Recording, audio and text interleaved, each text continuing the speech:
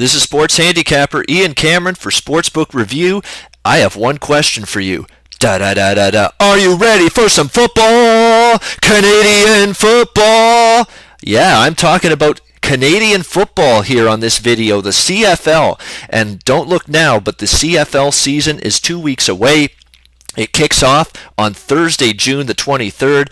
And what I love about the CFL season about to begin is the fact that it starts at the right time. Basketball's almost over. Hockey's almost over. As much as I like baseball, having just baseball around every single day, it gets a little monotonous. At times. I'm sorry, I can't get into the Copa America and Euro soccer. To me, I can't endorse sports where, penalty kicks can decide a champion and crown a champion if the game is tied. Come on.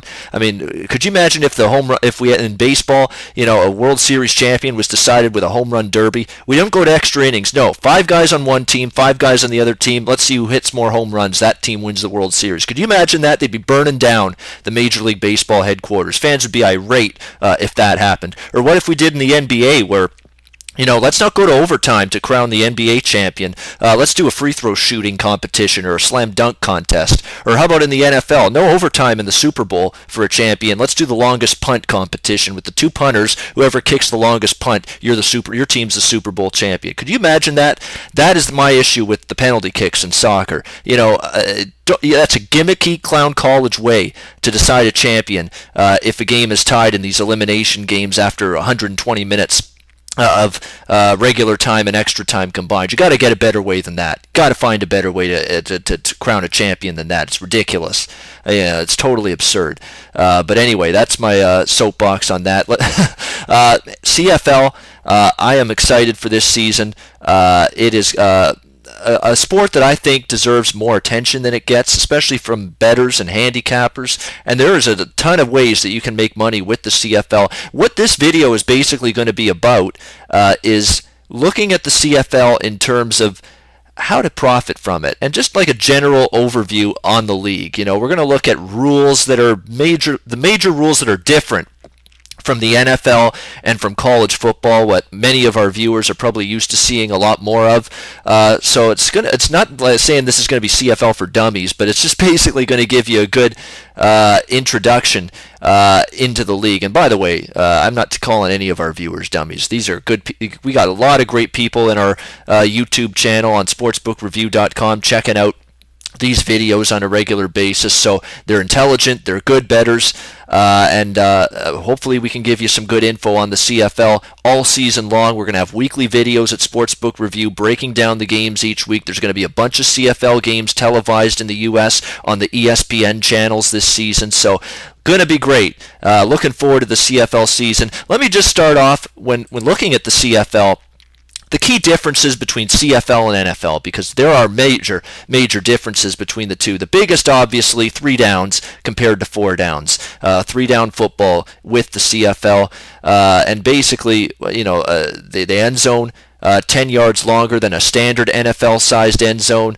There are 12 players on the field for each team for every play in the CFL, only 11 in the NFL. 1 extra player on each side of the football for every CFL team during each snap. On the offensive side of the football, you got a player called the slot back, an offensive player who acts like a wide receiver but stands much closer to the offensive line.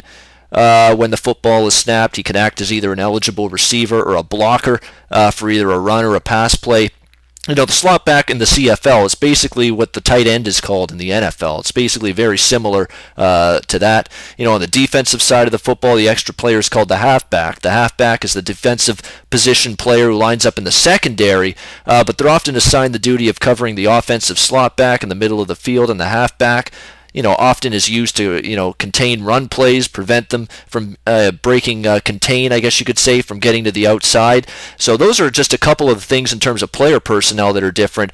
There's a single point rule in the CFL. It's called a rouge. And what the single point does is it's awarded to a kicking or punting team if an opposing player catches or recovers a kickoff, punt, or a missed field goal in the end zone, but is prevented from returning the football back onto the field of play out of the end zone. They are given a single point. Or if the player on the punting or kicking team takes a knee in the end zone, or if that player runs out of bounds with the football through the back of the end zone, they also get a single point. That's definitely something you want to keep in mind. That single point rule is one of the reasons why you can't just be so adamant about betting the key numbers. What do we think about in NFL and college football? Oh, the key number. I got to get it below or above the key number. Oh, and it is important. Don't get me wrong. You want to be betting in the NFL and college football -2.5 instead of -3, or -3 instead of -3.5, or +3.5 instead of +3, those kind of things. In the CFL, the key numbers aren't so important because you got single points, which throw off the key numbers. A lot of teams in the CFL as well, intentional safeties, when they're backed up, because of the nature of the field and the style of game, they are hesitant to kick the ball out, punt the ball out of their own end zone. So you'll see intentional safeties when teams are backed up in their own zone very, very routinely. And again, if you have a bunch of intentional safeties in a game, that's going to throw off your key numbers, your 10-7, 17-10, 24-17 type of scores in a hurry if you get a lot of single points and if you get a lot of intentional safeties. So right away, my best advice there is don't, be so focused on trying to bet a +3 or a -7 or a -14, key numbers in football that we're used to having in NFL and college football, because they get thrown off a little bit more for sure when you're looking at CFL games. Some other rule differences, CFL has a shorter 20-second play clock compared to 40 seconds in the NFL, so more offensive plays and snaps at a moderate tempo than there would be in a typical NFL game. A defensive lineman must line up 1 yard opposite the line of scrimmage prior to a play in the CFL, whereas in the NFL, the defensive linemen line up immediately opposite the line of scrimmage, so there's a bigger gap between the offensive and defensive lines in the CFL than there is in the NFL. And another big difference, prior to the snap of the football in the CFL, all offensive players, except for the quarterback and obviously the offensive lineman, they're allowed to move around and have unlimited motion prior to the snap of the football, as long as they remain more than 1 yard behind the line of scrimmage at the start when the ball is snapped. So that's definitely big. You get these wide receivers that are moving before the ball is snapped, trying to time basically the snap of the football and try to get a jump on the opposing defensive backs. That's definitely something you notice routinely in the CFL. So that's another major rule difference, I guess you could say, between the CFL and the NFL. Betting trends and strategies in the CFL. When you look at the CFL, if you're betting on home teams and favorites, which a lot of casual bettors like to do in football, they like to bet the home team, they like to bet the favorite. That doesn't necessarily work out so well in the CFL. Look at last year alone.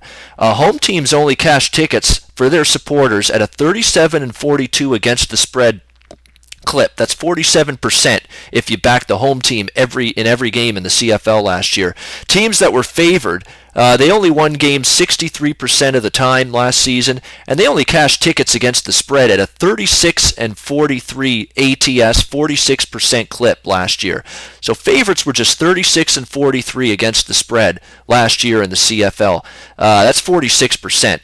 So I'm not saying blindly bet underdogs and road teams just based on that, but it is something you're going to want to keep in mind, that oftentimes if you get the right matchup, the right situation from a scheduling standpoint, from a matchup standpoint, you will find a little bit more betting value on underdogs and road teams in certain situations than you will for home teams and for favorites. That's important to keep in mind. You have to handicap each individual game as its own entity. You can't throw a blanket statement over, bet only underdogs and road teams, bet against home teams and favorites. No, but you do want to keep in mind of the fact that, home teams and favorites are not the winning betting proposition that they can be in certain other sports. So again, you still want to treat every CFL game like its own entity. And same thing with totals in the CFL. Just because a team plays awful defensively in 1 week, and maybe that game goes over the total as a result, don't automatically assume that the same thing is going to happen in the next game against a different opponent. Every game has to be treated as its own entity. And again, that stat about home teams 37-42 against the spread last year and favorites 36-43 against the spread last year tells you there's parity in the CFL, and that's the great thing about it. I know it's only a 9-team league, but parity reigns supreme. I mean, any team can beat anyone on a given week. That's something you always want to keep in mind in the CFL throughout the 2016 season. So that basically covers everything that I wanted to talk about for just a brief general introductory betting primer to the Canadian Football League for the upcoming season. Again, the opening kickoff, the regular season begins on Thursday, June 23rd, just a couple of weeks away.